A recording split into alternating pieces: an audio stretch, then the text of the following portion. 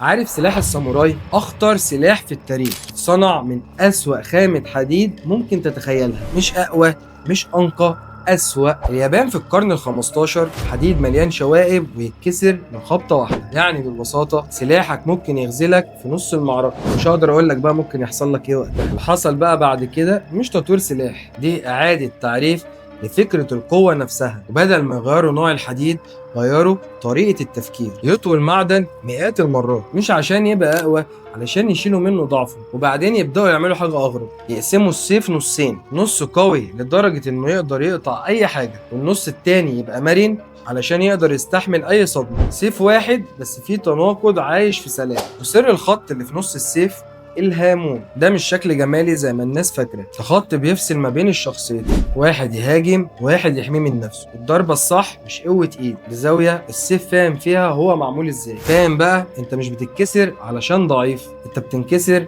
علشان حاولت تبقى حاجه واحده بس، نسخه منك اللي عارفه امتى تبقى قاسيه وامتى تبقى مرنه. فكر فيها على مهلك.